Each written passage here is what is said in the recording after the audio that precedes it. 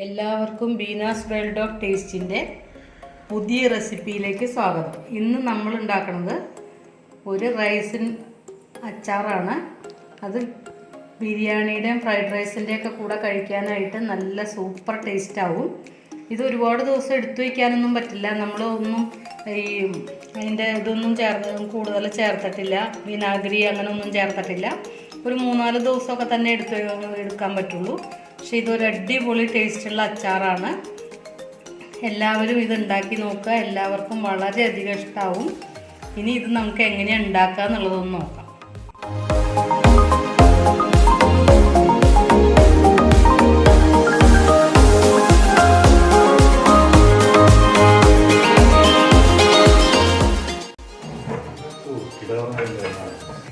ഇന്ന് നമ്മൾ ഉണ്ടാക്കുന്ന റൈസിൻ അച്ചാറിന് ഒരു 250 ഗ്രാം ഉണക്കമുന്തിരി ഞാൻ കഴുകി വച്ചിട്ടുണ്ട്.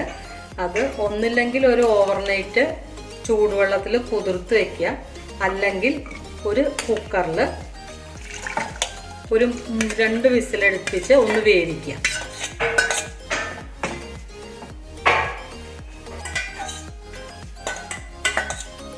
കുക്കറിൽ വേവിക്കാൻ വെച്ചിട്ടുണ്ട്.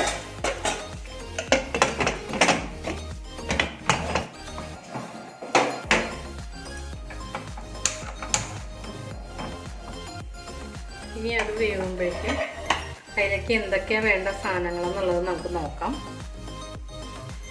അതിലേക്ക് നമ്മളൊരു 150 ഗ്രാം പുളി, ഉപ്പില്ലാത്ത പുളി നല്ലോണം ചൂടുവെള്ളം ഒഴിച്ചിട്ട് പിഴിഞ്ഞ് നല്ല തിക്കായിട്ട് എടുത്ത് വെച്ചിരിക്കുന്നതാണ്.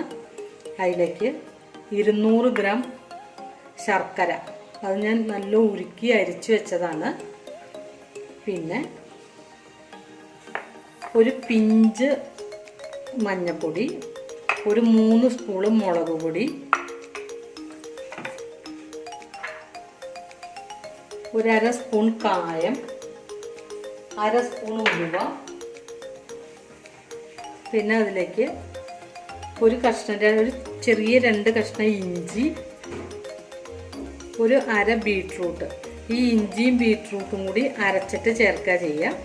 പിന്നെ കടുക് വറുക്കാനായിട്ട് കടുക്, 2 വറ്റൽമുളക്, കുറച്ച് കരിവേപ്പില, പിന്നെ അതിനാവശ്യമുള്ള വെളിച്ചെണ്ണ.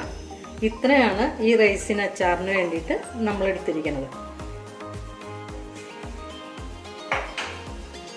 ഇത് ബിരിയാണിയുടെയും ഫ്രൈഡ് റൈസിൻ്റെ ഒക്കെ കൂടെ കഴിക്കാൻ വളരെ നല്ലൊരു അച്ചാറാണ്. പെരുന്നാളൊക്കെ അല്ലേ വരുന്നത്, ബിരിയാണിക്കൊക്കെ ഏറ്റവും നല്ല അച്ചാറാണിത്. സാധാ റൈസിൻ്റെ ഒപ്പം നല്ലതാണ്. ഇനി ഇത് നമുക്ക് എങ്ങനെയാണ് ഉണ്ടാക്കാൻ നോക്കാം. ഈ കുക്കറിൽ വെച്ചിരിക്കുന്നത് ഒരു 2 വിസിൽ വന്നോട്ടെ. അപ്പോഴേക്കും ഈ ഇഞ്ചിയും ബീട്രൂട്ടും ചെറുതായി കട്ട് ചെയ്ത് നല്ല മിക്സിയിൽ അരച്ചെടുക്കുക, വെള്ളം ചേർക്കാതെ. അത് അരച്ചെടുത്തിട്ട് വരാം. 2 വിസിൽ വന്നു. ഇനി നമുക്ക് കുക്കർ അടുപ്പത്തൊന്ന് മാറ്റി വയ്ക്കാം. ഇനി നല്ല കട്ടിയുള്ള ഒരു പാത്രം, ഒരു കടായി ഞാൻ അടുപ്പത്ത് വെച്ചു. അത് ചൂടാവുമ്പോൾ വെളിച്ചെണ്ണ ഒഴിച്ചിട്ട് കടുകും മുളകും പൊട്ടിക്കുക. ഒന്ന് ചൂടായിക്കോട്ടെ.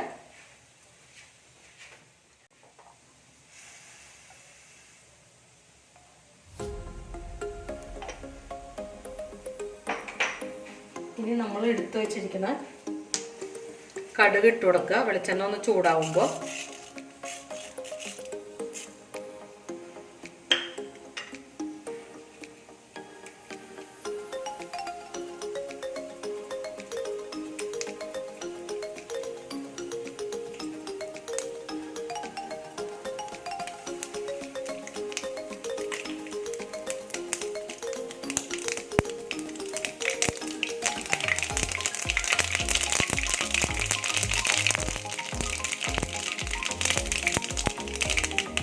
കടുക് പൊട്ടി. ഇനി അതിലേക്ക് കരിവേപ്പില,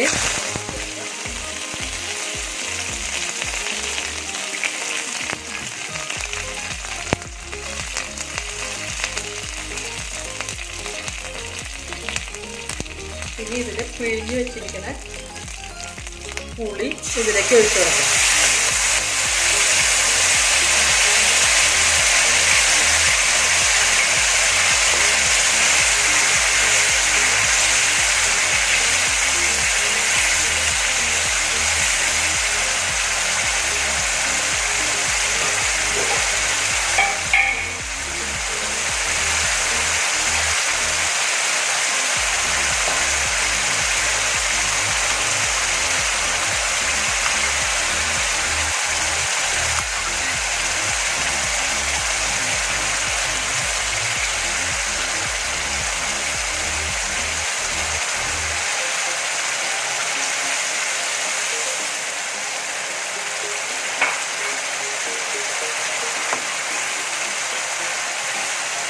ഇനി പുളി നല്ലോണം തിളച്ച് വരുമ്പോൾ അരിച്ചു വെച്ചിരിക്കുന്ന ശർക്കരപ്പാനി ഒഴിച്ചു കൊടുക്കുക.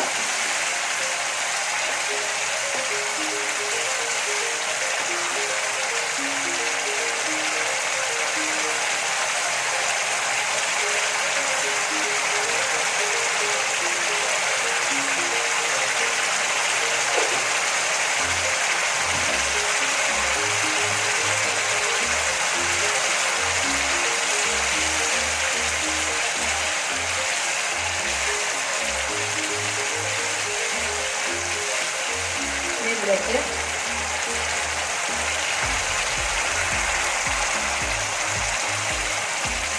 ഈ ശർക്കരപ്പാനി ഒഴിച്ചു കൊടുക്കുക.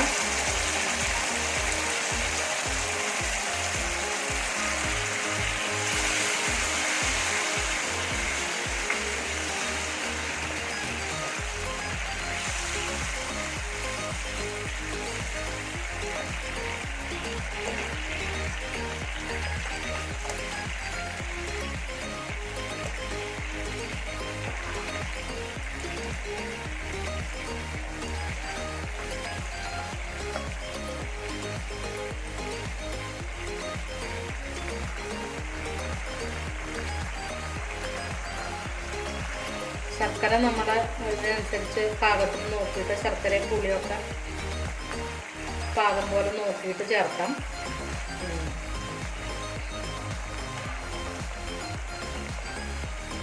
ഇത് തിളച്ച് വരുമ്പോൾ ഒരു അര സ്പൂൺ മഞ്ഞൾപ്പൊടി,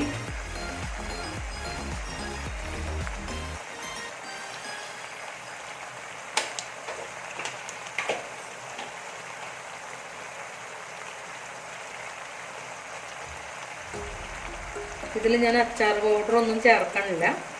ഒരു അര സ്പൂൺ കായം പൊടിച്ചത്,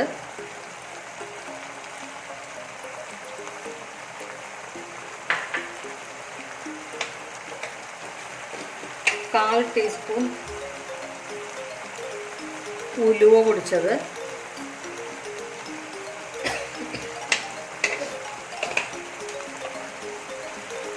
ഒരു 3 സ്പൂൺ മുളക്, അത് പിരിയമുളക് പൊടിയാണ് ഞാൻ എടുത്തിരിക്കുന്നത് നല്ല കളറിന് വേണ്ടിയിട്ട്. ഒരു 3 സ്പൂണ് എരിവ് നോക്കിയിട്ട് ചേർക്കുക മുളക് പൊടി.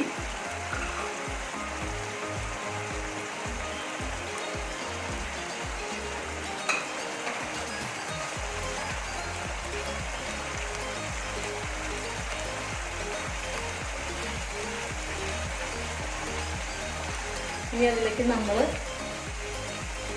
ഇഞ്ചിയും ബീറ്റ്റൂട്ടും കൂടി, അത് നല്ല കളറിന് വേണ്ടിയിട്ടാണ് ഈ ബീറ്റ്റൂട്ട് ചേർക്കുന്നത്.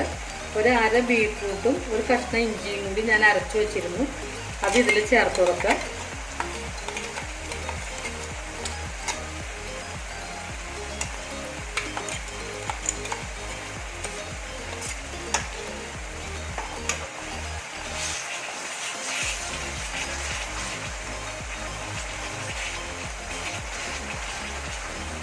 ഇനി ഇതിലേക്ക് വേണ്ട ഉപ്പ് ചേർക്കുക.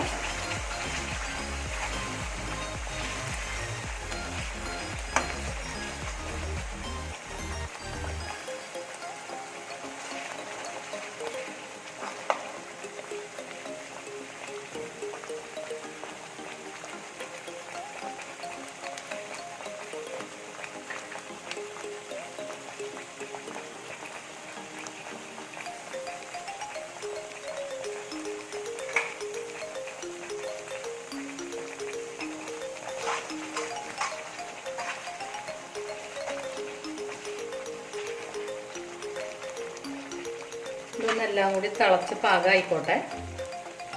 ഒരു 5 മിനിറ്റ് ഒന്ന് ആയിക്കോട്ടെ. മുന്തിരിയൊക്കെ ഞാനിതിലേക്ക് ഇട്ട് കൊടുത്തു. ലാസ്റ്റ് മുന്തിരി ഇടാൻ പാടുള്ളൂ. നല്ല മുന്തിരി നോക്കി വാങ്ങണം. നല്ല ഫസ്റ്റ് ക്വാളിറ്റി മുന്തിരി നോക്കി വാങ്ങണം.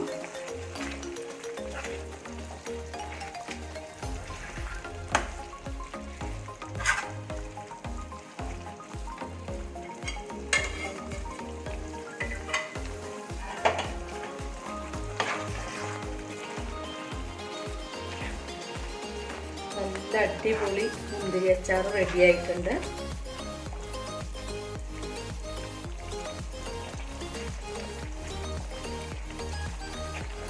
എല്ലാവരും ഇതൊന്ന് പരീക്ഷിച്ച് നോക്കുക.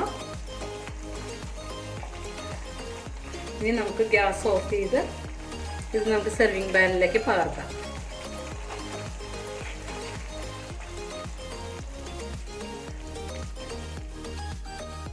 ഇനി ഇത് നമുക്ക് സെർവിങ് പാനിലേക്ക് ഒഴിക്കുകയാണ്.